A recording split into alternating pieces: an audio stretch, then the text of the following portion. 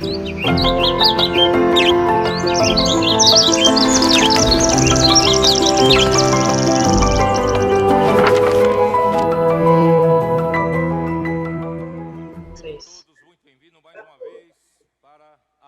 tous les bienvenus une fois de plus à une transmission de l'Institut de Vida para Todos. Thème général, Galates, l'unique évangile, l'évangile de Christ. Message numéro 4. Celui qui avant me persécutait, maintenant prêche l'évangile. Verset Galates 1, verset 13 à 24. Acho que na leitura, quando Douglas pediu para nós lermos, acho que ele falou Gênesis, por isso que todos estão. Je crois que la lecture, quand le frère a dit de lire, il a dit Genèse. Pourquoi nous n'avons pas, plusieurs n'ont pas compris. Nous allons relire Galates 1, verset 15 à 16. Mais lorsqu'il plut à celui qui m'avait mis à part dès le sein de ma mère et qui m'a appelé par sa grâce de révéler en moi son Fils, que je l'annonçasse parmi les païens, aussitôt je ne consultai ni la chair ni le sang.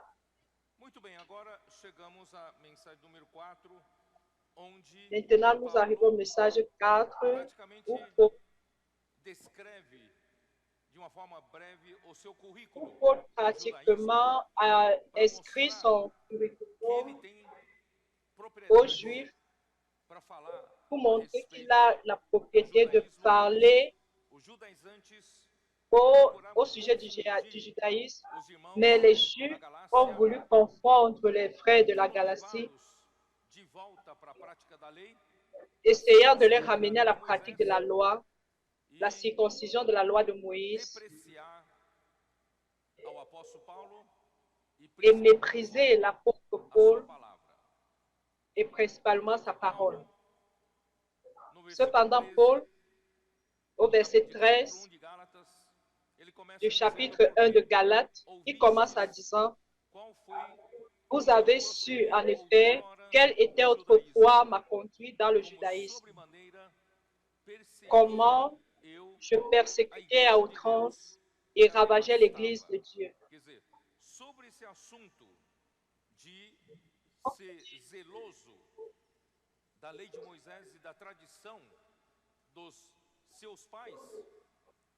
Étant zélé de la loi de ses pères et de la tradition,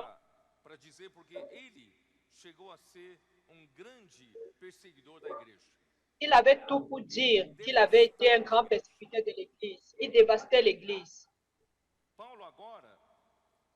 Paul, maintenant, rencontre une barrière au niveau du judaïsme. On travaille avec les gens de Galates, essayant de leur convaincre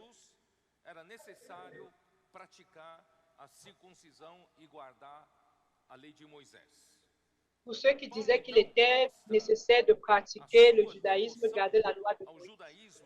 Mais Paul montre ce qui s'est passé avant sa conversion pour démontrer comment Dieu a transformé sa vie, comme pour ceux qui voudraient choisir le chemin inverse et de retourner, et qui voudraient retourner à la pratique du judaïsme. Les Galates étaient tentés d'adhérer au judaïsme et de s'éloigner de Christ. Paul a donné son témoignage personnel pour dire qu'il connaît ce style de vie.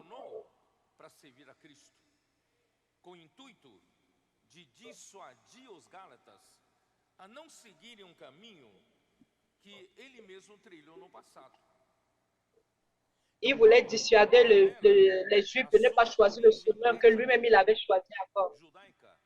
Il révèle son origine ethnique judaïque. À Romains chapitre 11, ouvrez vos Bibles, Romains 11, verset 1. Je dis donc, Dieu a-t-il rejeté son peuple? Loin de là. Car moi aussi, je suis israélite, de la postérité d'Abraham, de la tribu de Benjamin. Dieu n'a point rejeté son peuple, qu'il a connu d'avance. Ne savez-vous pas ce que l'Écriture rapporte d'Élie?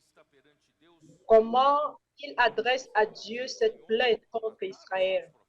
Seigneur, ils ont tué tes prophètes, ils ont renversé tes autels. Je suis resté moi seul et ils cherchent à m'ôter la vie. Mais quelle réponse Dieu lui fait-il? Je me suis réservé 7000 hommes qui n'ont point fléchi le genou devant Baal. De même aussi dans le temps présent, il y a un reste selon l'élection de la grâce. Or, si c'est par grâce, ce n'est plus par les œuvres. Autrement, la grâce n'est plus une grâce. Et si c'est par les œuvres, ce n'est plus une grâce. Autrement, l'œuvre n'est plus une œuvre. Quoi donc? Frère, vous comprenez que Israël comme un peuple, comme un tout, on finit par rejeter le Seigneur. Mais le Seigneur aime encore Israël. Il dit à Israël, Dieu va préserver ceux qui sont restés. Et ceux qui sont restés seront sauvés par l'élection de la grâce. Ce n'est pas par la pratique de la loi, mais c'est par la grâce. Mais pas à ce moment, malheureusement. Mais ceux qui ont cru au Seigneur Jésus ont fini par la pression de ceux qui sont de la circoncision, ceux qui sont de la secte des pharisiens, qui ont cru au Seigneur, qui voudraient continuer à pratiquer la circoncision, la pratique de la loi de Moïse, en gardant la tradition de leur père. Pour cela, à Philippiens,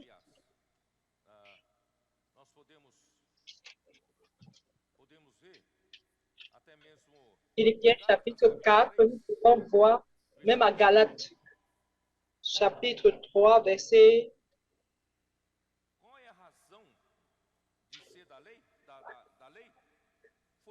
chapitre 3, verset 19.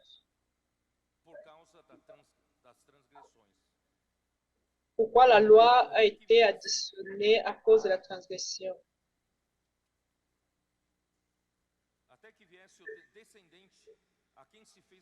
Jusqu'à ce que viennent les descendants à qui la promesse a été faite.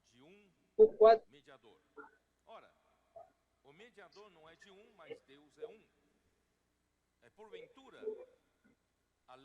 Or, le médiateur n'est pas médiateur d'un seul, tandis que Dieu est un seul. La loi était donc contre les promesses de Dieu, loin de là. S'il eût été donné une loi qui pût procurer la vie, la justice viendrait réellement de la loi. Frère, vous pouvez comprendre que la loi ne peut pas donner la vie. La loi n'a pas la capacité de conduire la chair de l'homme et de donner la vie. Mais l'Écriture a tout renfermé sous le péché, afin que ce qui avait été promis fût donné par la foi en Jésus-Christ à ceux qui croient. Ce n'est pas par la pratique de la loi, mais avant que la foi vînt, nous étions enfermés sous la garde de la loi, en vue de la foi qui devait être révélée. Ainsi, la loi a été comme un pédagogue pour nous conduire à Christ, afin que nous fussions justifiés par la foi. La foi étant venue, nous ne sommes plus sous ce pédagogue. Car vous êtes tous fils de Dieu par la foi en Jésus-Christ. Vous tous qui avez été baptisés en Christ, vous avez revêtu Christ. Frère, ceci est très important. Il n'y a plus ni juif ni grec, il n'y a plus ni esclave ni libre, il n'y a plus ni homme ni femme, car tous vous êtes un en Jésus-Christ. Et si vous êtes à Christ, vous êtes dans la postérité d'Abraham, héritier selon la promesse. Philippiens 3, verset 4.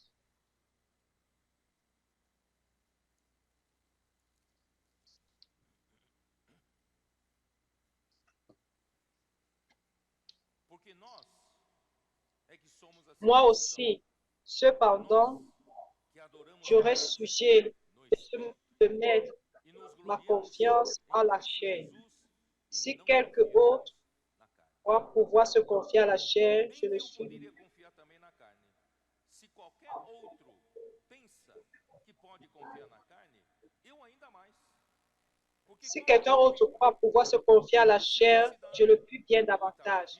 Moi, circoncis le 8e jour de la race d'Israël, de la tribu de Benjamin, hébreu né d'hébreu, quant à la loi, pharisien, quant aux zèles, persécuteurs de l'Église, irréprochable à l'égard de la justice de la loi. Mais ces choses qui étaient pour moi des gains, je les ai regardées comme une perte à cause de Christ. Et même, je regarde toutes choses comme une perte à cause de l'excellence de la connaissance de Jésus-Christ, mon Seigneur, pour lequel j'ai renoncé à tout. Et je les regarde comme de la boue afin de gagner Christ.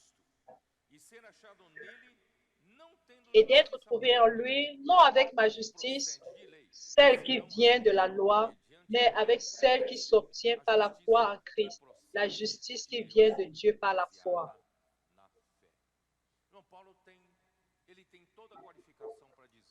Alors Paul a toutes les qualifications pour dire qu'il a vécu tant dans la loi, qu'il était zélé pour la loi et maintenant il a gagné la grâce. À lui considère tout comme de la boue, tout comme de la saleté, pour pouvoir gagner Christ. Ici, cette parole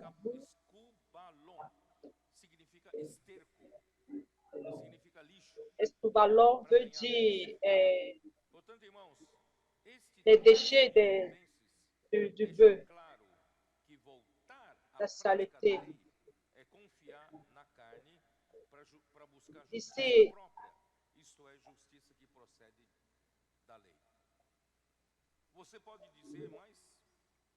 vous pouvez dire, je ne suis pas juif, et aujourd'hui, il n'y a personne qui m'invite à retourner à la pratique de la loi, à la pratique de la circoncision. Nous n'avons pas ce problème. Mais ce qui veut dire retourner à la pratique de la loi est très clair. C'est avoir confiance en notre chair. Toutefois, que nous pensons que nous sommes capables de faire quelque chose de bon pour le Seigneur en utilisant notre capacité dans la chair. En ayant confiance en notre chair, je suis dans le même précis de comme retourner à la pratique de la loi. Vous comprenez? Vous allez dire, je n'ai pas ce problème. Vous l'avez vu. Combien de fois nous avons placé en avant notre curriculum? Combien de fois nous avons écouté quelqu'un dire, ça fait combien d'années, vous savez combien d'années je suis dans la vie de l'Église? Quelqu'un dit, je connais la Bible de pas à pas, j'ai déjà lu tous les livres de la restauration, je connais tout. J'ai de l'expérience d'administrer l'Église. J'ai un curriculum très grand pour pouvoir administrer les messages.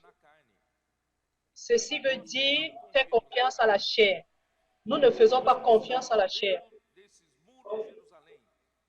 Nous qui sommes à l'intérieur de cette muraille de Jérusalem, sous la direction de Dieu, nous sommes ceux qui faisons confiance à la parole de Dieu. Nous faisons confiance à la puissance de Dieu. Nous faisons confiance à l'Esprit de Dieu. Nous ne faisons pas confiance à nous-mêmes. Alors, si vous retournez à la pratique de la loi, alors vous essayez de vous perfectionner dans la chair auparavant. Oh Seigneur Jésus. Et c'est sur cela que l'apôtre Paul est en train de nous aider. La mort de Étienne. Allons-y à Actes chapitre 7, à la fin du chapitre 7.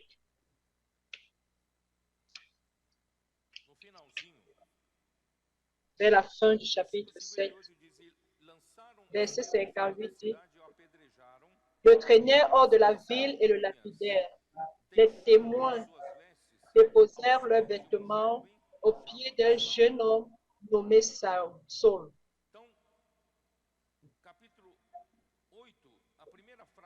Chapitre 8, la première phrase. Saul avait approuvé le meurtre d'Étienne. Pour dire que Saul était un de ceux qui luttaient pour persécuter l'Église à cause de leur zèle pour le judaïsme, pour la pratique de la loi, pour la tradition de leur père. Alors Paul, à Acte 22, rapidement, il fait part de son curriculum. Acte 22, 3 et 4. Je suis juif, né à Tars, en Cilicie, mais j'ai été élevé dans cette ville-ci. De quelle ville parle-t-il? Il était élevé dans quelle ville? C'est Jérusalem. Il est né en Tars, à Tars, mais il a été élevé à Jérusalem et instruit au pied de Gamaliel dans la connaissance exacte de la loi de nos pères, étant plein de zèle pour Dieu, comme vous l'êtes tous aujourd'hui. J'ai persécuté à mort cette doctrine, liant et mettant en prison hommes et femmes.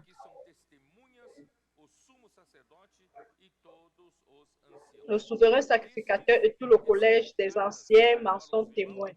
J'ai même reçu d'eux des lettres pour les frères de Damas, où je me rendis afin d'amener liés à Jérusalem ceux qui se trouvaient là et de les faire punir.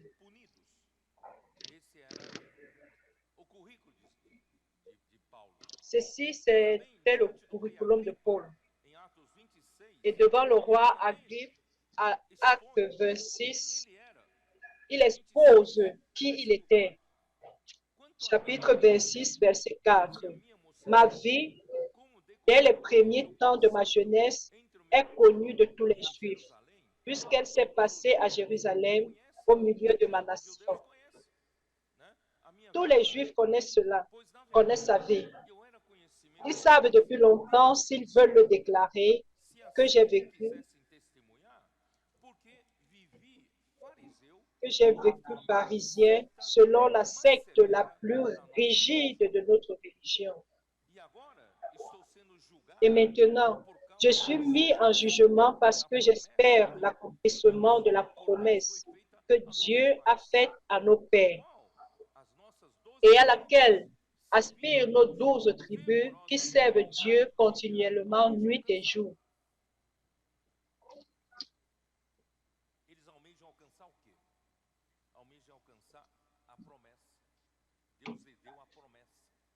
Ils aspiraient à atteindre la promesse.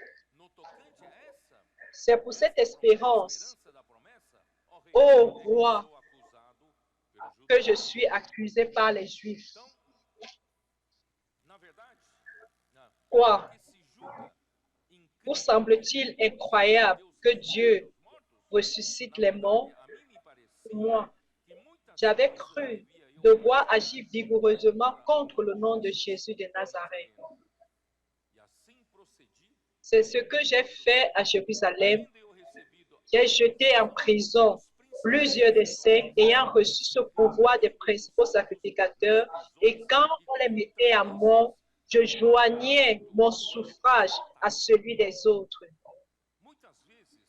Je les ai souvent châtiés dans toutes les synagogues et je les forçais à blasphémer.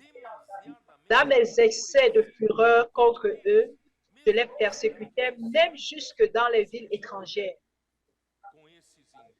C'est dans ce but que je me rendis à Damas avec l'autorisation et la permission des principaux sacrificateurs.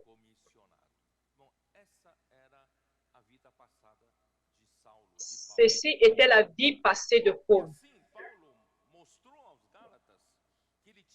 Et Paul a montré aux Galates qu'il avait une connaissance profonde des Écritures judaïques.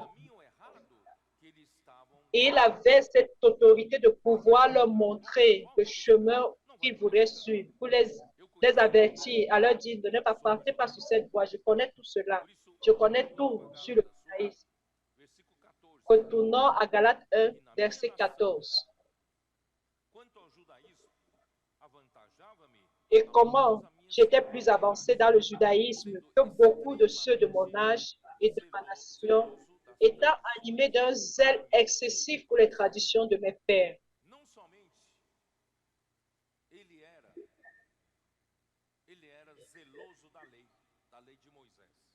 Il n'était pas, non seulement il était zélé pour la loi de Moïse, il était aussi en faveur de la circoncision, mais il était aussi extrêmement zélé pour les traditions.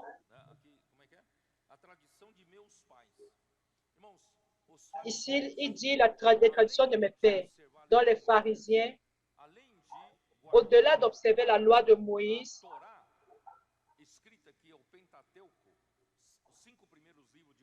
au-delà de garder ce qui est écrit dans les Pentateuques, les 5 premiers livres de la Bible, ils observaient aussi beaucoup les traditions orales de leur père, qui est transmise de père en fils, à l'intérieur d'une famille de pharisiens. Donc, cette tradition orale était passée de génération en génération. Et cette tradition, frère, venait des origines humaines. Ce sont les applications de la loi, de la constitution, de la loi de Moïse. Et quand cela était nécessaire, parce que la constitution d'Israël est la loi mosaïque, et qu'ils appliquent la loi de Moïse pour pouvoir résoudre un problème juridique, ils appliquent la loi. Sauf que souvent, ils ont besoin d'établir la jurisprudence. Alors, les rabbins, les maîtres de la loi, ils appliquent la loi la plus élevée, qui est la Torah écrite, le Pentateuque de Moïse. Ils appliquent pour résoudre certains problèmes du moment. Et ils déclarent la jurisprudence. Et cette jurisprudence vont s'accumuler et finissent par devenir la tradition. Et ces jurisprudences, ce sont des opinions humaines souvent, ce sont des jugements humains. Et en accumulant ces jugements humains, cela devient des traditions des pères. Et le Seigneur Jésus dit parfois aux pharisiens que la tradition de vos pères, alors les traditions a pour origine l'homme.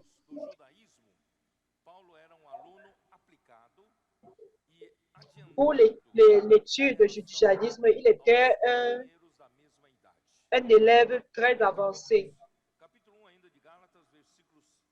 Au chapitre 1 de Galates, nous allons continuer à lire de 15 à 17. Mais lorsqu'il plut à celui qui m'avait mis à part dès le sein de ma mère et qui m'a appelé par sa grâce de révéler à moi son Fils, afin que je l'annonçasse parmi les païens. Aussitôt, je ne consultais ni la chair ni le sang, et je ne montais point à Jérusalem vers ceux qui furent apôtres avant moi, mais je partis pour l'Arabie, puis je revins encore à Damas. Frère, dans le psaume 139,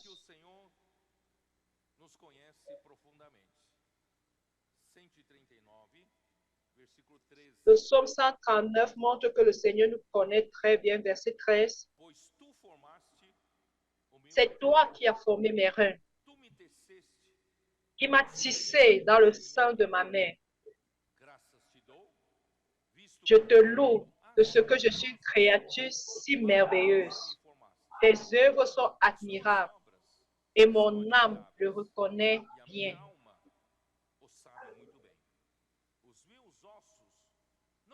Mon corps n'était point caché devant toi lorsque j'ai été fait dans un lieu secret, tissé dans les profondeurs de la terre. Quand je n'étais qu'une masse informe, tes yeux me voyaient, et sur ton livre étaient tous inscrits les livres, les jours qui m'étaient destinés avant qu'aucun d'eux existât.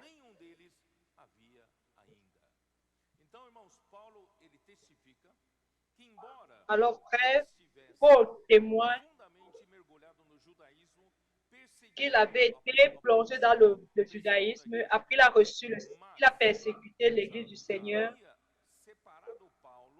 mais Dieu l'avait déjà séparé avant qu'il ne naisse. Il était appelé par sa grâce. Le fait que vous soyez assis ici, frère, c'est parce que le Seigneur vous connaissait avant que vous ne soyez formés dans le ventre de votre mère. Peut-être que vous avez fait des choses qui vous ont conduit sur un mauvais chemin, mais comme le Seigneur vous a choisi, vous connaissez, il t'a écrit dans le livre de la vie. C'est pourquoi vous êtes ici.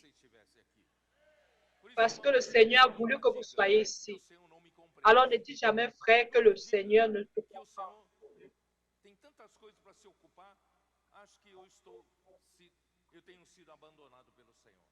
Dis qu'avec avec tant de choses, le Seigneur ne me voit pas, mais le Seigneur te connaît profondément. Il connaît chaque membre, chaque partie de ton être. Le Seigneur connaît. Donc, frère, grâce au Seigneur que nous avons été appelés par la grâce. C'est pourquoi nous sommes ici. C'est pourquoi Paul n'a pas suivi le chemin du judaïsme. Il n'a pas continué à lutter contre Dieu, à persécuter l'Église de Dieu, mais au contraire, il était appelé sur le chemin de Damas et le Seigneur l'a converti pour être un vase utile pour sa parole. Et grâce à ce merveilleux frère Paul, un jour je voudrais l'embrasser et lui dire, grâce à toi, la vérité de l'Évangile ne s'est pas perdue. Aujourd'hui, nous pouvons connaître exactement ce qu'est la vérité de l'Évangile. Comme serviteur du Seigneur, il a été appelé depuis sa naissance, depuis le ventre de sa mère. Ésaïe 49,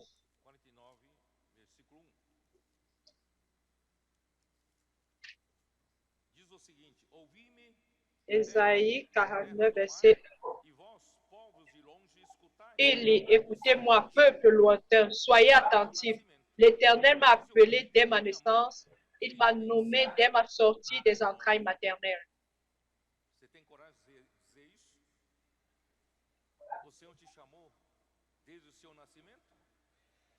Le Seigneur ne vous a pas appelé depuis votre naissance, depuis le ventre de votre mère.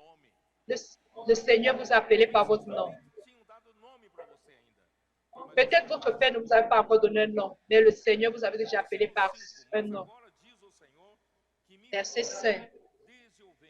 Maintenant, l'Éternel parle, lui qui m'a formé dès ma naissance pour être son serviteur, pour ramener à lui Jacob et Israël encore dispersés. Car je suis honoré aux yeux de l'Éternel et mon Dieu est ma force. Frère,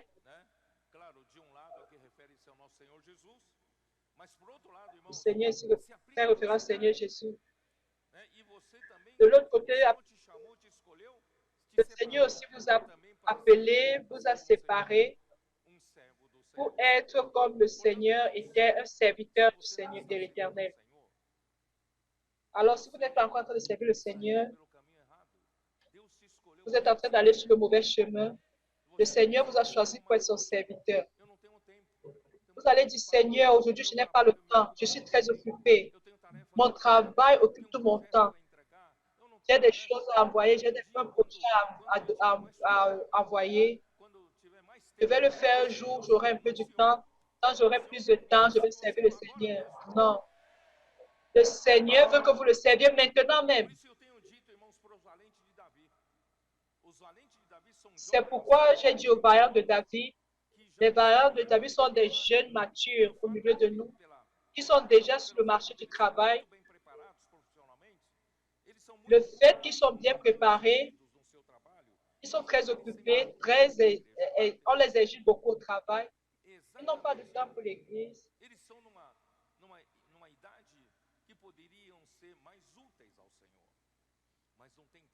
Ils sont à un âge qui pourrait être très utile au Seigneur, mais ils n'ont pas du temps. Mais quelle est la manière? Nous les exhortons. Mais l'unique chose que je leur dis, c'est d'accompagner la parole de près.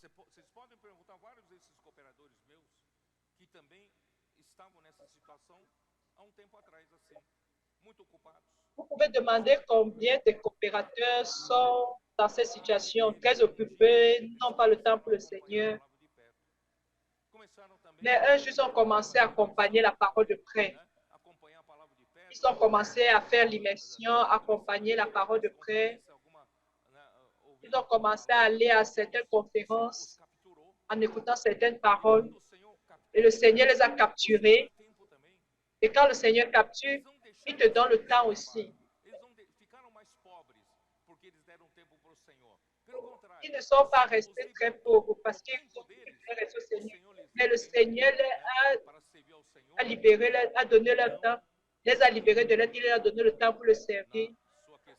Ils n'ont rien perdu. En ce qui concerne la question séculière, vous êtes en train de m'écouter. Je ne sais pas si vous êtes ici, vous êtes en train de m'écouter. Vous n'avez pas du temps pour le Seigneur, vous êtes très occupé. Vous avez un bon cœur, mais vous n'avez pas de temps. On ne vous exige rien trop. On vous demande juste de suivre de près la parole. Vous aviez du temps.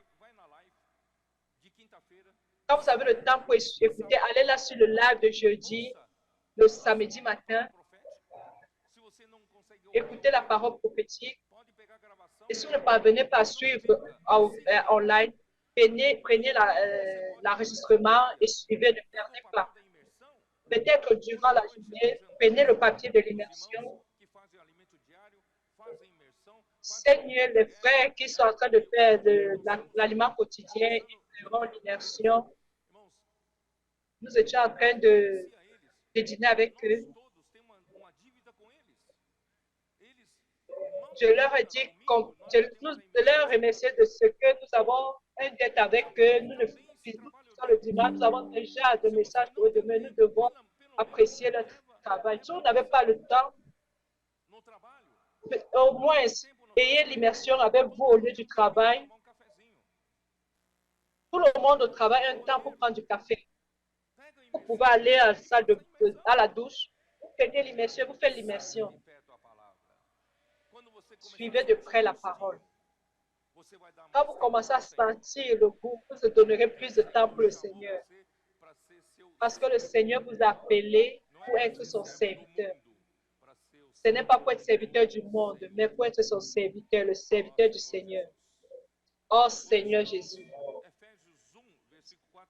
C'est pourquoi, frère, Éphésiens 1 dit que nous avons été choisis avant la fondation du monde. Chapitre 1, Éphésiens chapitre 1, verset 4. En lui, Dieu nous a élus. En lui, c'est qui? En Christ. En lui, Dieu nous a élus avant la fondation du monde, pour que nous soyons saints et irrépréhensibles devant lui. Frères, vous et moi, le Seigneur nous a choisis. Il nous a choisis bien avant que nous n'existions. Il nous a choisis. C'est pourquoi nous sommes des élus de Dieu. Nous ne devons pas vendre notre droit. Nous allons servir le Seigneur. Le Seigneur vous donnera du temps.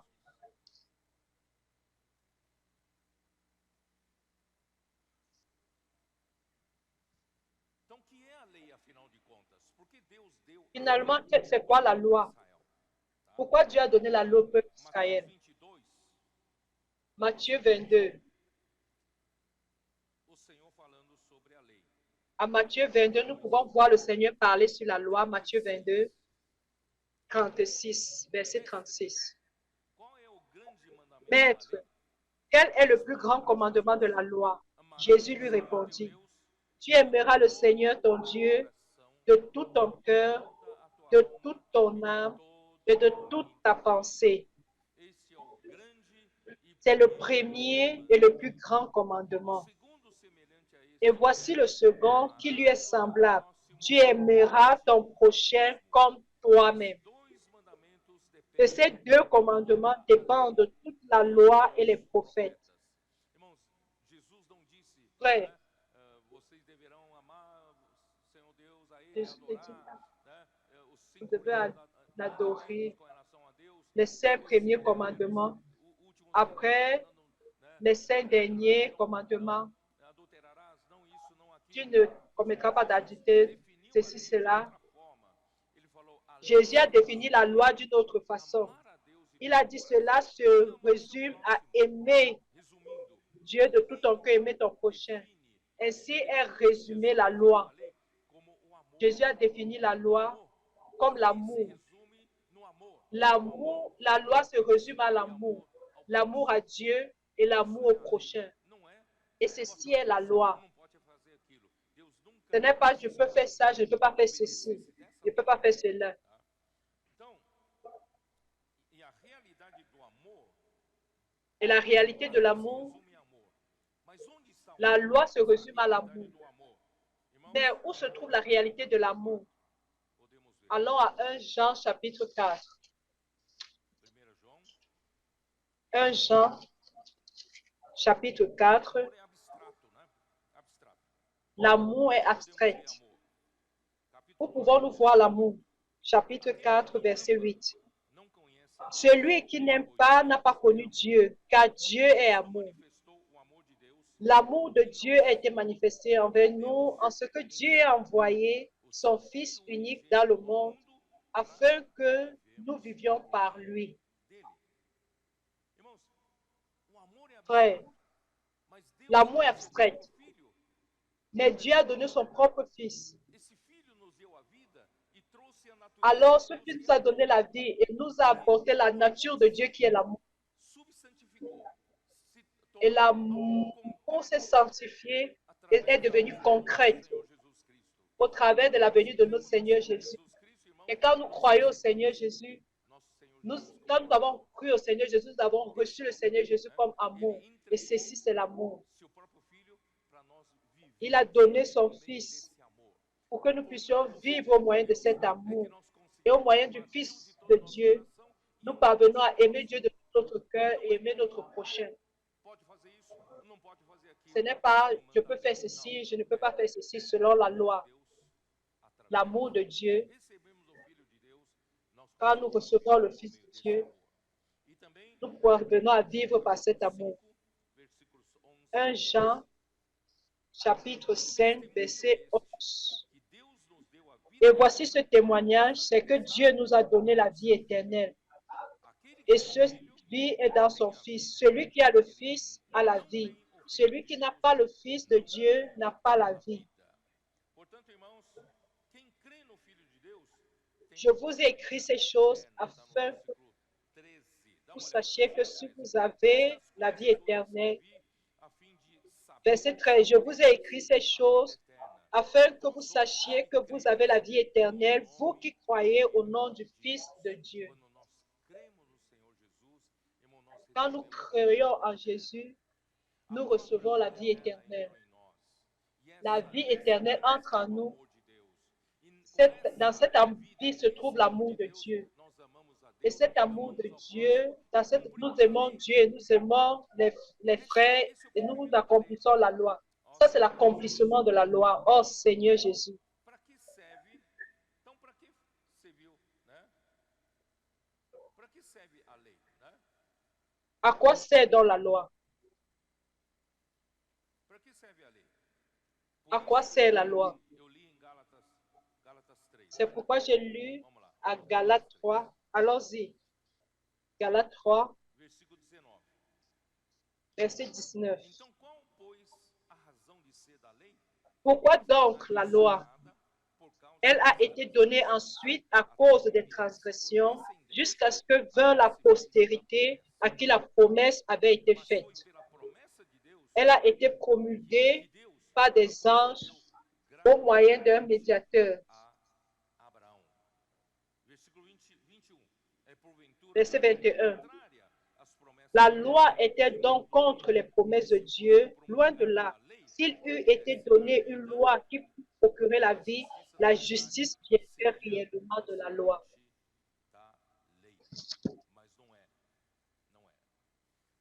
Mais ce n'est pas cela.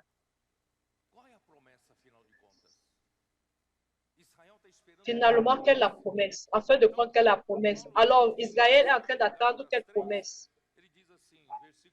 Plus tard, à Galates 3, au verset 13, il dit, Christ nous a rachetés de la malédiction de la loi, étant devenu malédiction pour nous, car il est écrit, maudit est quiconque est pendu au bois. Afin que la bénédiction d'Abraham eût pour les païens son accomplissement en Jésus-Christ et que nous reçussions par la foi l'Esprit qui avait été promis. Frère, la promesse de Dieu à Israël, cette promesse est l'Esprit promis. Qu'aujourd'hui nous avons reçu cette promesse. Nous qui n'avons pas droit à cette promesse, aujourd'hui au moyen d'Abraham, nous avons reçu la promesse. Et cette promesse, c'est quoi? Elle est venue au travers de l'Esprit. Donc, frère,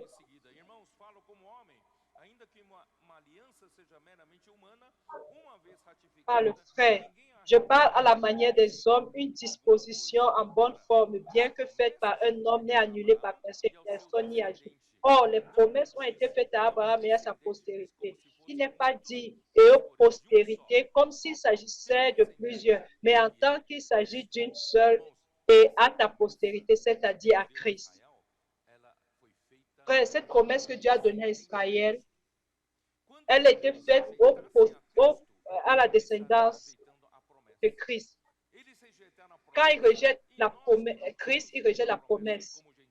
Ils ont rejeté la promesse et nous qui n'avions pas droit à la promesse, nous avons reçu cette promesse au moyen de l'Esprit qui avait été promis et la bénédiction d'Abraham. Et quand j'ai cru en Jésus, au Seigneur Jésus, j'ai reçu l'Esprit promis. Et cela devait être donné en premier aux Juifs, mais Dieu me l'a donné, cette promesse.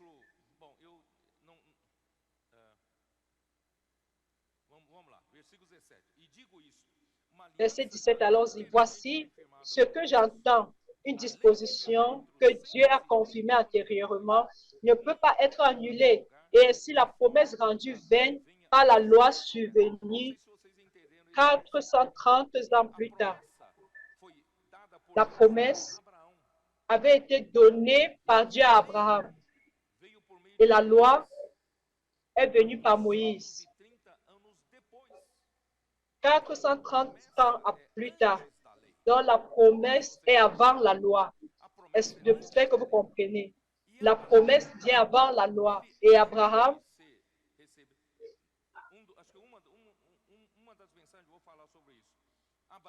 dans l'un des messages, je parlerai de cela.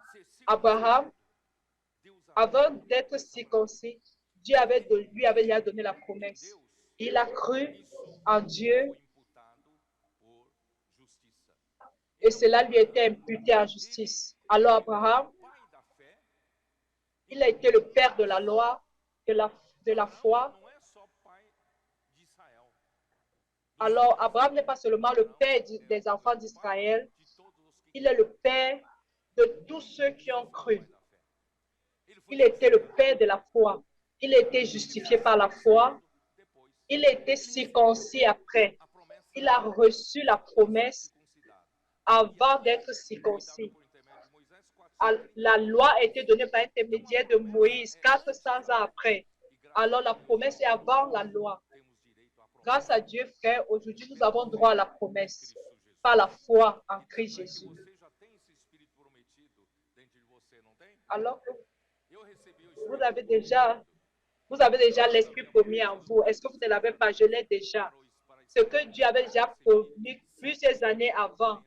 Et je l'ai reçu simplement en croyant en Jésus. Et à quoi sert la loi? C'est pourquoi j'ai lu le verset 23. Avant que la foi vînt, nous étions enfermés sous la garde de la loi en vue de la foi qui devait être révélée. J'espère que vous êtes en train de comprendre et que vous m'accompagnez. Premier, c'est Abraham. Abraham croit en Dieu. La loi ne lui avait pas été donnée. Il a cru et cela lui était imputé en justice. Alors, il était le premier homme, père de la foi. Le premier homme qui a cru et cela lui était imputé en justice. Après, il était circoncis. Après 430 ans plus tard, à Moïse, la loi a été donnée. Et la loi a été donnée pourquoi? Afin que le peuple d'Israël puisse avoir quelque chose qui pouvait le protéger, garder le peuple en attendant la venue du descendant. Qui est le descendant? Christ. Alors la loi a été donnée au peuple d'Israël pour les conduire à Christ. Alors, quand Christ qui allait apparaître dans le futur, afin qu'il vienne, alors la loi donne le peuple qui est sous la tutelle de la loi sera donné à Christ. Alors le peuple d'Israël, quand ils sont venus à Christ, ils devaient sortir de la loi pour être donnés à Christ. Cependant, ils ont endurci leur cœur, ils n'ont pas reçu Christ, ils l'ont persécuté, ils l'ont tué. La minorité a cru à Jérusalem et à l'église de Jérusalem. Ceux-ci leur étaient imputés par la foi et non par la loi.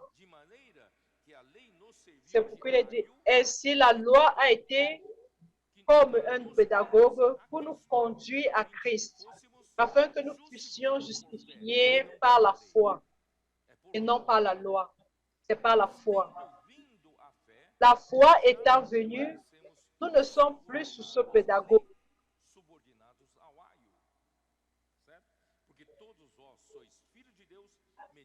Car vous êtes tous fils de Dieu par la foi en Jésus-Christ. Ceci est dit aux païens. Nous sommes tous fils de Dieu par la foi en Jésus-Christ. Paul, à chaque fois, a clarifié les choses. Celui qui veut retourner à l'esclavage, c'est celui qui veut. Je ne suis plus sous ce pédagogue. Et il y en a qui veulent encore retourner à se perfectionner dans la chair, dépendre de la chair. Aujourd'hui, nous avons l'esprit et nous suivons cet esprit.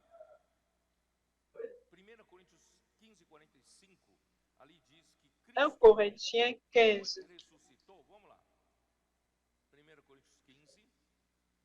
1 Corinthiens 15, verset 46. C'est pourquoi il est écrit, verset 45, 1 Corinthiens 15. C'est pourquoi il est écrit, le premier homme, Adam, devint une âme vivante. Le dernier Adam, qui est le dernier Adam? Christ. Pourquoi le premier Adam et le dernier Adam? La race adamique a commencé avec Adam dans Genèse. Et la race adamique a été insérée en Christ, a été conclue à Christ. D'où il est le dernier Adam. Il est venu pour conclure la race adamique et initier la race du nouvel homme, de la nouvelle création, la race de la foi. Et ce Christ, comme le dernier Adam, est devenu un esprit vivant, vivifiant. Alors Christ, après la résurrection, est devenu un esprit qui donne la vie. Aujourd'hui, par la foi en Christ, nous avons reçu l'esprit de la promesse et nous avons reçu Christ comme l'esprit qui nous donne la vie. La loi ne peut nous donner la vie, mais Christ nous donne la vie. Il est devenu l'esprit qui donne la vie.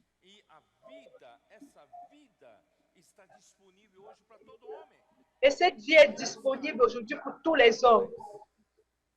Romains 10.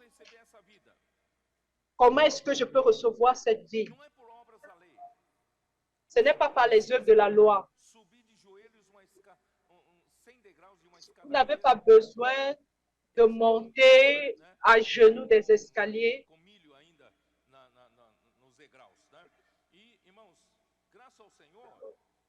Grâce à Dieu aujourd'hui, frère, Romains chapitre 10, verset 6, il est dit, « Mais voici comment parle la justice qui vient de la foi. »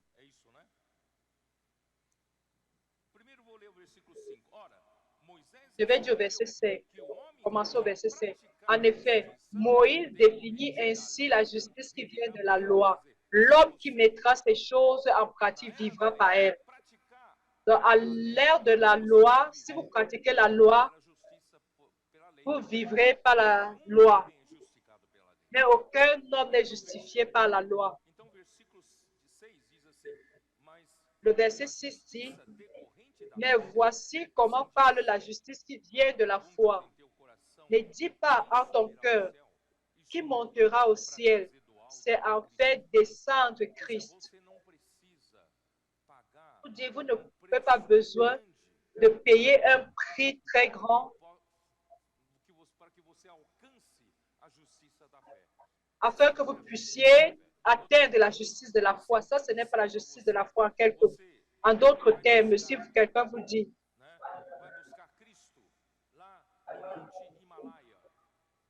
allez chercher Christ au mont Himalaya.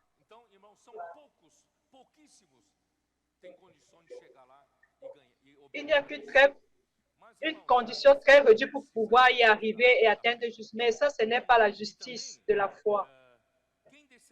Qui vient par la foi. Ou qui descendra dans l'abîme, c'est faire remonter Christ entre les morts. Le mérite de monter au ciel ou descendre dans l'abîme pour amener Christ, pour remonter Christ. Nous n'avons pas besoin de ça. Dieu a tout fait cela. Que dit-elle donc? La parole est près de toi, dans ta bouche, dans ton cœur.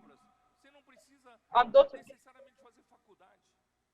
vous n'avez pas besoin, quelque temps, de faire la faculté.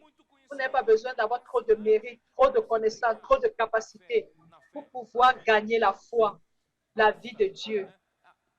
Il suffit de croire la parole. Et où se trouve cette parole? Cette parole de la foi est près de toi, dans ta bouche et dans ton cœur. Or, c'est la parole de la foi que nous prêchons. Les apôtres sont venus nous donner l'opportunité de recevoir cette justice qui vient de la foi. Ce n'est pas par de notre mérite. Il suffit d'ouvrir nos bouches, de croire avec notre cœur. Ce n'est pas ce qui est dit.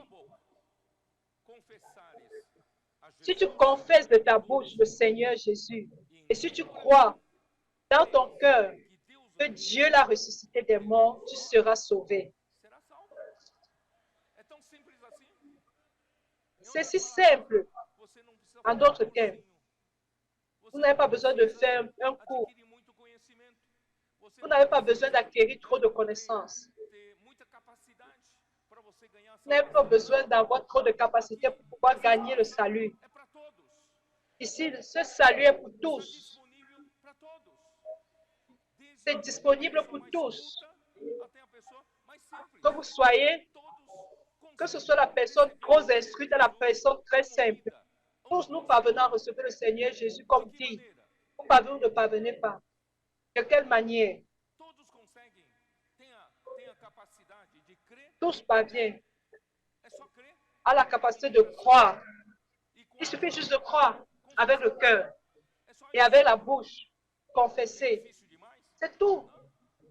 Disponível é C'est trop difficile? Non. crer no coração C'est disponible e par tous. confessar com a boca. Croire du cœur Porque com et o confesser coração de la se bouche. crê para a justiça e com a boca se Car, confessa a car respeito c'est en da croyant du salvação. cœur qu'on parvient à la justice et c'est en confessant de la bouche qu'on parvient au salut, selon ce que dit l'Écriture. Quiconque croit en lui ne sera point confus. Judeu e grego. Il n'y a aucune différence, en effet, entre le juif et le grec. Il n'y a pas de différence. Lá em Atos 15, On devait dire cela à Jacques, à Acte 15. entre judeu Il n'y a pas de différence não há. entre le juif et le grec. Il n'y a E o pas. mesmo Senhor, Puisqu'ils ont tous un même Seigneur, ele é o Senhor de judeus, ele é Senhor de il est le gregos. Seigneur des Juifs, il est le Seigneur des Grecs, Rico para quem? qui est riche Com todos os pour que tous o ceux qui l'invoquent. Oh, Senhor Jesus! Oh Seigneur Jésus! Irmão, nós somos um povo que invoca o nome do Senhor. Frère, nous sommes un peuple qui invoque le nom du Seigneur. Somos a igreja de Filadélfia que guarda Nous sommes l'église de Philadelphie qui garde la parole du Seigneur et qui ne renie pas le nom du Seigneur. para ganhar salvação.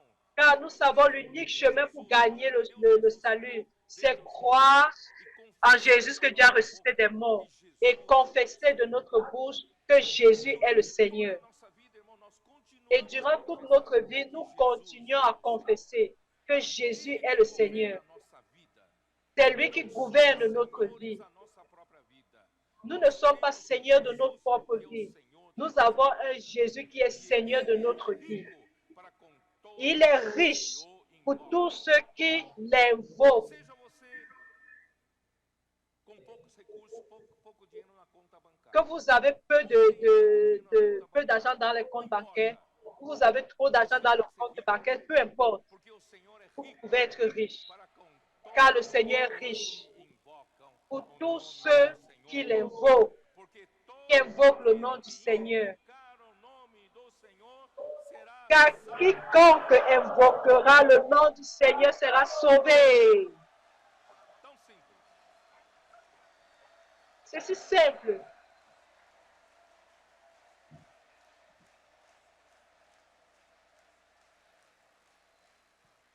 Irmãos, é tão simples. Não é para Frère, c'est si simple. a religião. Ce n'est pas pour peu de personnes. Você só alcança La religion fait en sorte que, a graça, a salvação para poucos. fait en sorte que vous atteignez seulement le salut est pour peu. A justiça decorrente da fé. Mais le salut qui vient de la foi, la justice qui vient de la foi est pour tous. Todos aqueles que confessam o nome Tous ceux qui croient au nom du Seigneur Jésus, tous ceux qui confessent le nom du Seigneur Jésus, tous ceux qui invoquent le nom du Seigneur Jésus seront sauvés. como, porém, Mais maintenant, il y a un problème. aqueles Comment donc invoqueront-ils celui en qui ils n'ont pas cru? Et comment croiront-ils en celui dont ils n'ont pas entendu parler? Et comment en entendront-ils parler s'il n'y a personne qui prêche? Alors, nous devons prêcher. se não forem enviados? Et comment y aura-t-il des prédicateurs s'ils ne sont pas envoyés? Alléluia, frère. Os nossos Nous sommes envoyés. Nos colporteurs sont envoyés. Se eu não me engano, na terça-feira já vai uma equipe para o Japão. Nos missionnaires, si je ne me trompe pas, mardi seront envoyés au Japon. Et le mercredi, il y aura une équipe qui ira en Corée. Et il y aura aussi des équipes qui iront pour l'Afrique. Eles foram enviados. Et d'autres pour les États-Unis. Ils seront envoyés. Ils ont été envoyés. O Senhor Et precisa vous aussi, vous êtes envoyés. que preguemos. Por isso, irmão, nós não somos Le Seigneur a besoin que nous prêchions. fechada em quatro paredes. Nós C'est somos pourquoi nous ne sommes pas une église fermée entre quatre murs. para pregar. Nous sommes une église qui va dans la rue. Não pour prêcher. Parce que s'il n'y a pas ceux qui prêchent, alors il n'y aura pas ceux qui écoutent l'évangile. S'il n'y a pas ceux qui écoutent, il n'y aura pas ceux qui croient. Et s'il n'y a pas que ceux qui croient, il n'y aura pas ceux qui invoquent. Alors, grâce au Seigneur, nous sommes fidèles en ce travail. Nous voulons cela jusqu'à ce que le Seigneur vienne, que nous soyons en train de prêcher cet évangile dans toutes les nations. Oh Seigneur Jésus.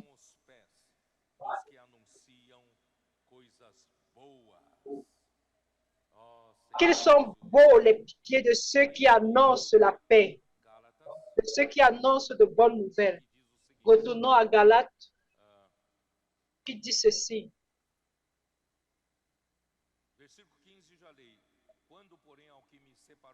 Verset 15, j'ai déjà lu. Mais lorsqu'il plut à celui qui m'a mis à part dès le sein de ma mère et qui m'a appelé par sa grâce de révéler à moi son Fils, afin que je l'annonçasse parmi les païens, aussitôt je ne consultais. Frère, pour que nous soyons sauvés, pour que nous puissions prêcher aux autres, nous devons avoir la révélation sur le Seigneur Jésus, Fils de Dieu. Alors, vous avez connu le Fils de Dieu, tout dépend de la révélation du Père. Le savez-vous? Matthieu 16. Matthieu 16.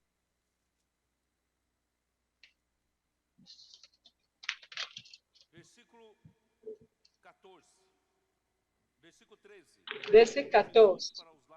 Verset 13. Jésus étant arrivé dans le territoire de Césarée de Philippe, demanda à ses disciples, qui dit-on que je suis, moi, le Fils de l'homme? Il répondit, les uns disent que tu es Jean-Baptiste, les autres Élie, les autres Jérémie ou l'un des prophètes.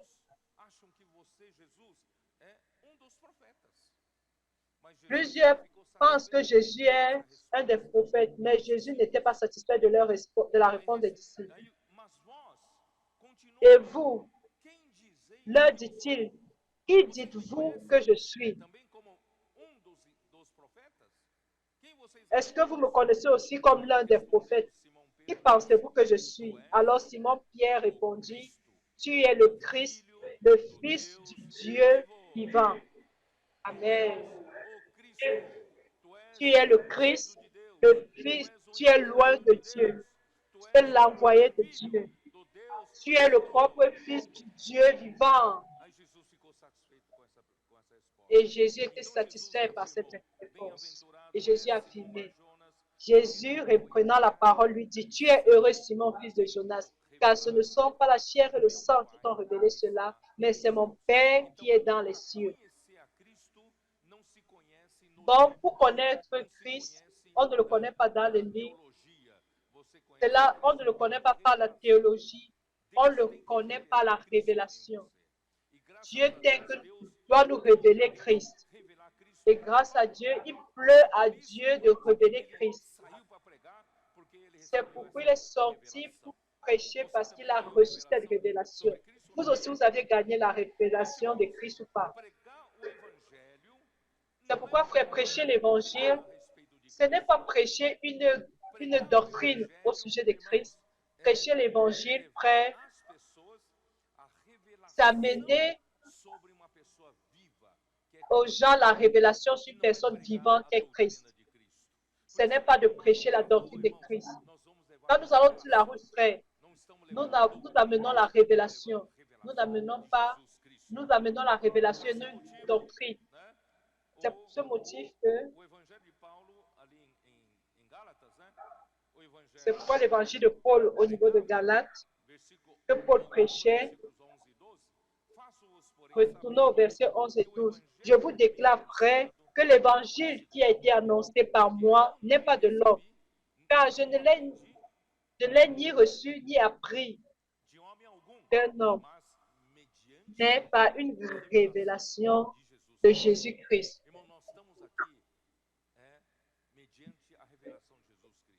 Frère, nous sommes ici au moyen de la révélation de Christ. Qu'est-ce qui nous donne trop de joie? C'est la révélation de Jésus-Christ qui nous donne la vie au moyen de sa parole. C'est ce qui nous motive à aller dans la rue pour prêcher cette parole. C'est au moyen de la révélation de Jésus-Christ que nous avons gagné et qui nous motive, qui fait brûler nos cœurs pour pouvoir amener cette personne vivante qui nous a transformés, qui nous a donné tant de vie, autant de bénéfices. Nous l'amenons dans la rue pour donner à autre personne. N'est-ce pas? Ce n'est pas ce qui vous motive. Oh Seigneur Jésus. Cela, Paul dit, ne l'a pas reçu d'un homme, mais il l'a reçu par une révélation. Verset 17, verset 16. De révéler à moi son Fils, afin que je l'annonçasse parmi les païens. Aussitôt, je ne consultais ni la chair ni le sang, et je ne montais point à Jérusalem. De ceux qui furent apôtres avant moi, mais je partis pour l'Arabie, puis je reviens encore à Damas. Frère, il n'y a pas d'enregistrement.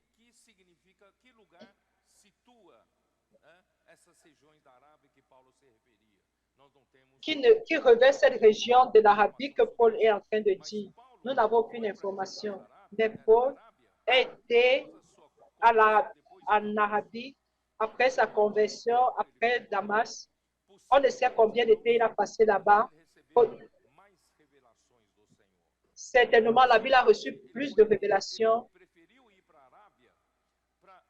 Où il a préféré aller en Arabie pour rester un endroit très éloigné de l'influence de la religion judaïque. Il a voulu avoir un peu plus de paix, une atmosphère un peu plus nettoyée, plus claire, loin de la religion, pour pouvoir vérifier entre tout ce qu'il a appris au pied de Gamaliel et tout ce que le Seigneur lui a révélé, afin de pouvoir être envoyé. Verset 18. 3 ans plus tard, je montai à Jérusalem pour faire la connaissance de Céphas et je demeurai 15 jours chez lui. Mais je ne vis aucun autre des apôtres, si ce n'est Jacques, le frère du Seigneur. Alors, frère, ceci probablement se trouve dans Acte 9. Acte 9,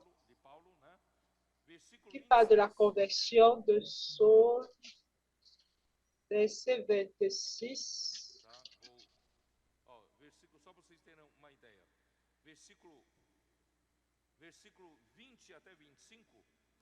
Verset 20 a 26. E relata que no versículo 25 que os seus discípulos tomaram-no de noite e colocaram-o num cesto, né, para descer. Il révèle au verset 25 que les disciples l'ont pris et l'ont fait descendre par la muraille dans une corbeille parce qu'il y avait une personne qui le cherchait pour le tuer. Verset 20 à 25. C'est pendant ce moment qu'il est allé en Arabie et qu'il est retourné à Damas. Et cela n'est pas enregistré ici. Et quand on arrive au verset 25, il allait jusqu'à Jérusalem. C'est où il dit 3 ans plus tard. Et lorsqu'il se rendit à Jérusalem, Saul tâcha de se joindre à eux, mais tous le craignaient, ne croyant pas qu'il fût disciple. Alors Barnabas, l'ayant pris avec lui, le conduisit vers les apôtres et leur raconta comment sur le chemin, Saul avait vu le Seigneur qui lui avait parlé et comment à Damas, il avait prêché franchement au nom de Jésus. Il allait et venait avec eux dans Jérusalem et s'exprimait en toute assurance au nom du Seigneur. Il parlait aussi et disputait avec les hellénistes, mais ceux-ci cherchaient à lui ôter la vie.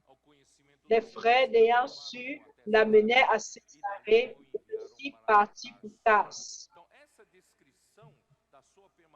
Alors cette description du moment où il était à Jérusalem est écrite ici.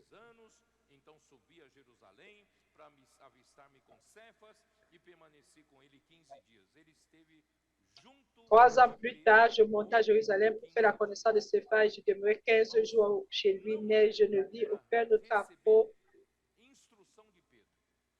Ce n'est pas pour recevoir les instructions de Pierre, mais c'est pour pouvoir étendre la communion.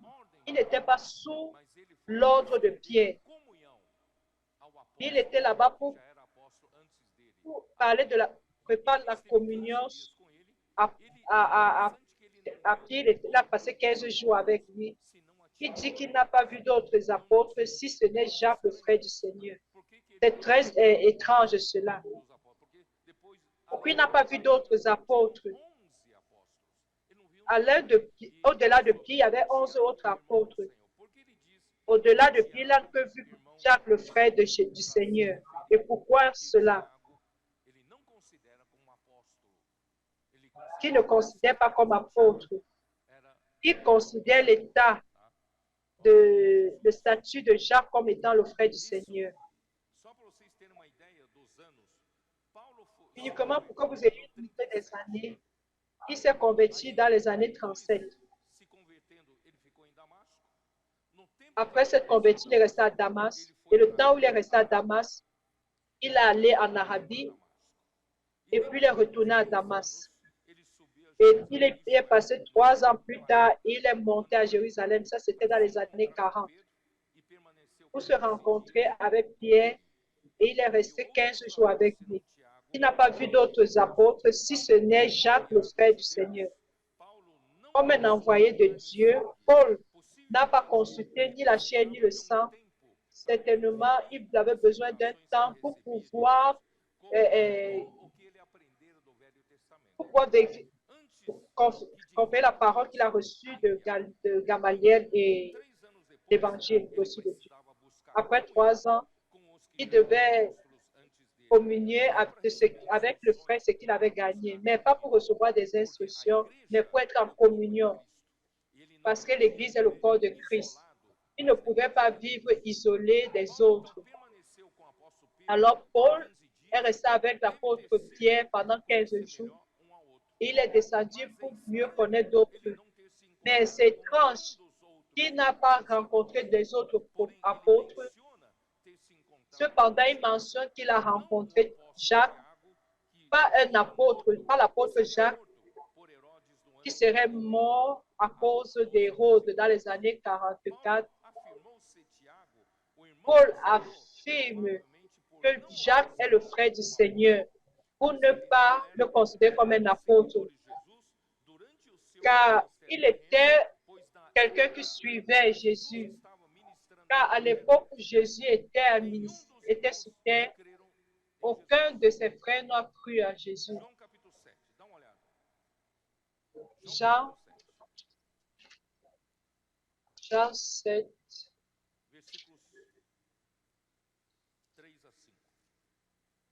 Jean 7, verset 3 à 5. Oh Seigneur Jésus.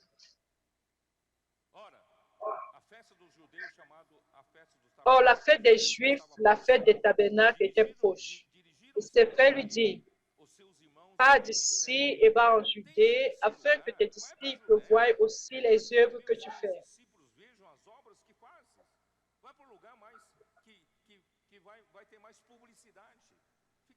Va là où il y aura plus de publicité. Pourquoi tu restes caché ici? Le verset 4 explique. Personne n'agit, il a répondu, personne n'agit en secret lorsqu'il désire paraître. Si tu fais ces choses, montre-toi toi-même au monde. Verset 5 dit, Jean lui-même fait le commentaire, car ses frères non plus ne croyaient par lui.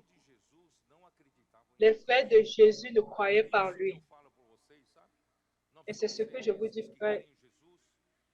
Nous devons être ceux qui croient au Seigneur Jésus et qui allons suivre de près le Seigneur. Nous ne devons pas le faire après. Nous ne devons pas profiter du statut d'un frère de Jésus pour gagner de la notoriété. Mais nous devons suivre Jésus. Allons-nous suivre Jésus? Matthieu 13, 52.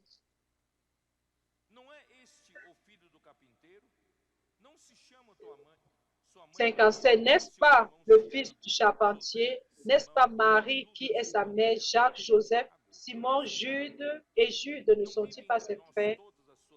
Et ses sœurs ne sont-elles pas toutes parmi nous? D'où lui viennent donc toutes ces choses? Et il était pour eux l'occasion de chuter.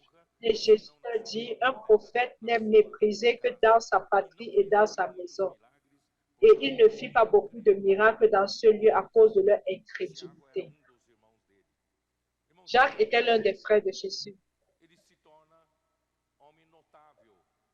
Et subitement, il devient un homme notable, un homme respecté, puisqu'il fait la conciliation entre la pratique de la loi et de la foi. Il devient complètement l'église de Jérusalem, malheureusement. Oh Seigneur Jésus.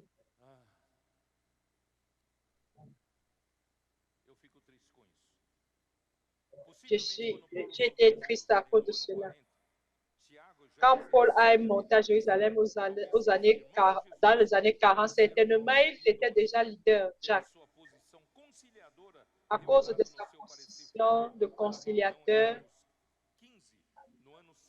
à la fin de la réunion à Acte 15 dans les années 50, il était exalté comme leader principal pour ceux de la circoncision. Acte 11:2. Ceci est ce qui était en faveur de la pratique de la circoncision et de la loi de Moïse. Acte 15, verset 1 à 5, j'ai déjà lu cela. Et par conséquent, Pierre a été mis de côté, comme aussi comme la parole des apôtres. L'enseignement des apôtres à Acte 2, 42 a amené une telle vigueur à l'église de Jérusalem. Ils étaient modèles pour l'église.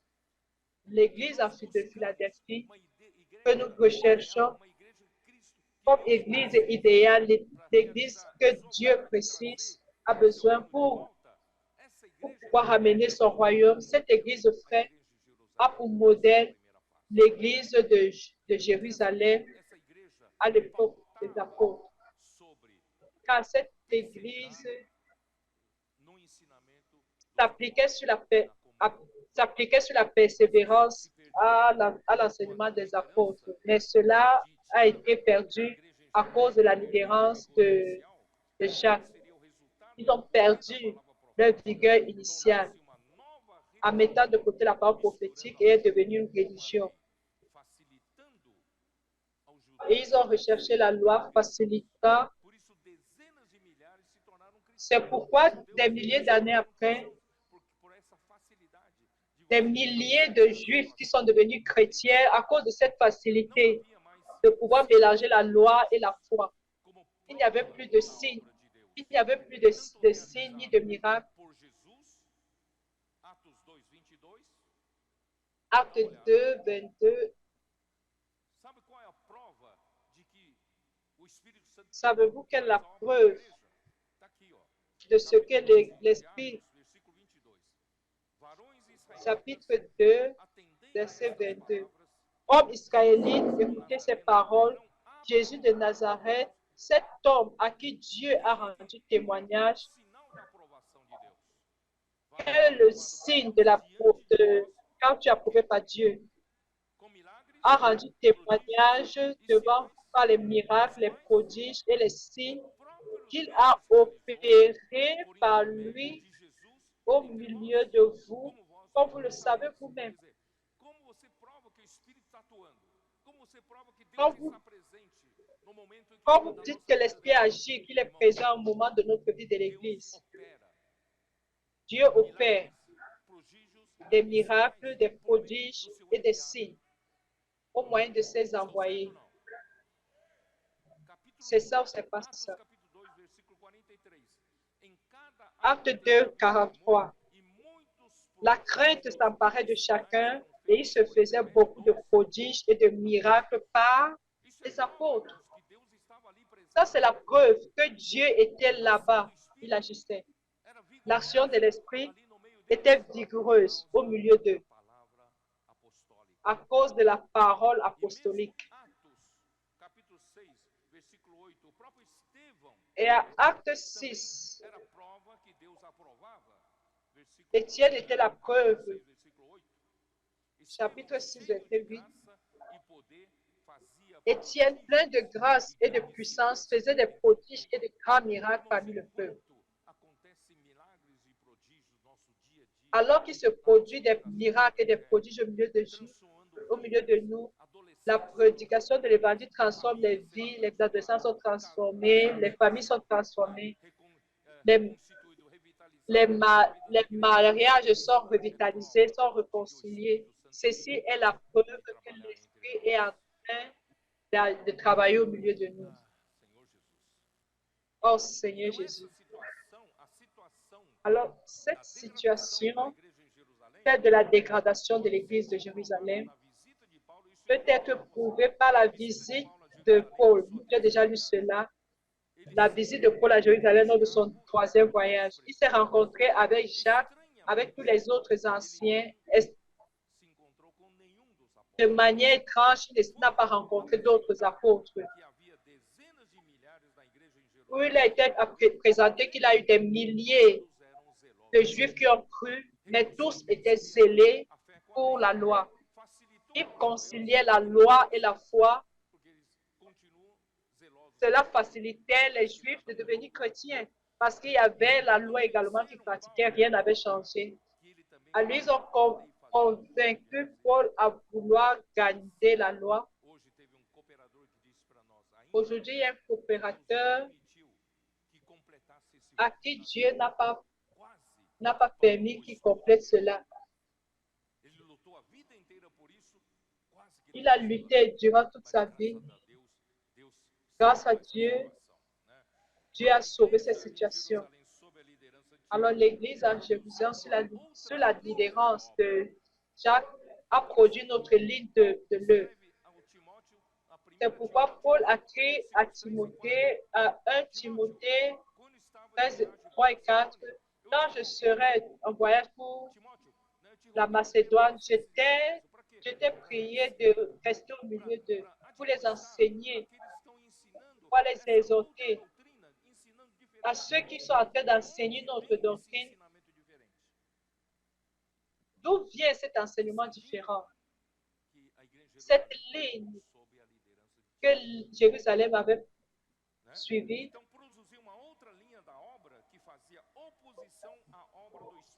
ils avaient une autre ligne d'œuvre qui produisait une opposition au milieu des apôtres, tenant des faux docteurs juifs contre ce que Paul ou Pierre disaient. Dans la seconde épître, au chapitre 3, Pierre parle des faux docteurs, qui parle de ceux qui parlent mal de la parole prophétique. D'où vient cette opposition? Cela vient de la même origine, de l'Église de Jérusalem. Les opposants venaient de là parce qu'ils ont suivi notre ligne de l'œuvre. Oh Seigneur Jésus. Allons-y, nous allons terminer. Allons-y, retournons à Galates, verset 21. J'allais ensuite dans les contrées de la Syrie et de la Cilicie. Or, j'étais inconnu de visage aux églises de Judée qui sont en Christ. Seulement, elle avait entendu dire, celui qui autrefois nous persécutait annonce maintenant la foi qu'il s'efforçait alors de détruire. Et elle glorifiait Dieu à mon sujet. Frère, à Acte 9, j'ai lu qu'en Jérusalem, Paul parlait concourait contre les hellénistes. Les hellénistes, ce sont les qui? Ce sont ceux de la synagogue formés par les Grecs, formés de la culture grecque. Alors les disciples, sachant cela, l'ont retiré de là et l'ont amené à Césarée, puis allé à sa terre natale, qui est à Tars, jusqu'à ce que Barnabé, et à Acte 11, l'église d'Antiochie soit formée et Barnabas quitte pour aller chercher Paul à Tars et qu'il amène à vivre la vie de l'église à Antioche. Et à Acte 13, il a envoyé pour son premier voyage apostolique. Grâce à Dieu, frère, pour cela, aujourd'hui, nous avons cet évangile. Si cela dépendait de l'Église de Jérusalem, qui était un modèle à sa première, qui était interrompu lors de cette première phase merveilleuse de tout ce qui s'est passé à Acte 15, la seconde phase était horrible. C'était une source opposante de la parole. Alors, si Barnabé n'était pas allé chercher Paul à Tars pour l'amener à Antioche, il ne sera pas été envoyé pour susciter l'Église. Aujourd'hui, nous avons toutes les épîtres que Paul écrit qui sont très clairs sur l'économie de Christ. Tout le plan du salut de Dieu, en d'autres pas l'évangile complète. Moi, je remercie le Seigneur.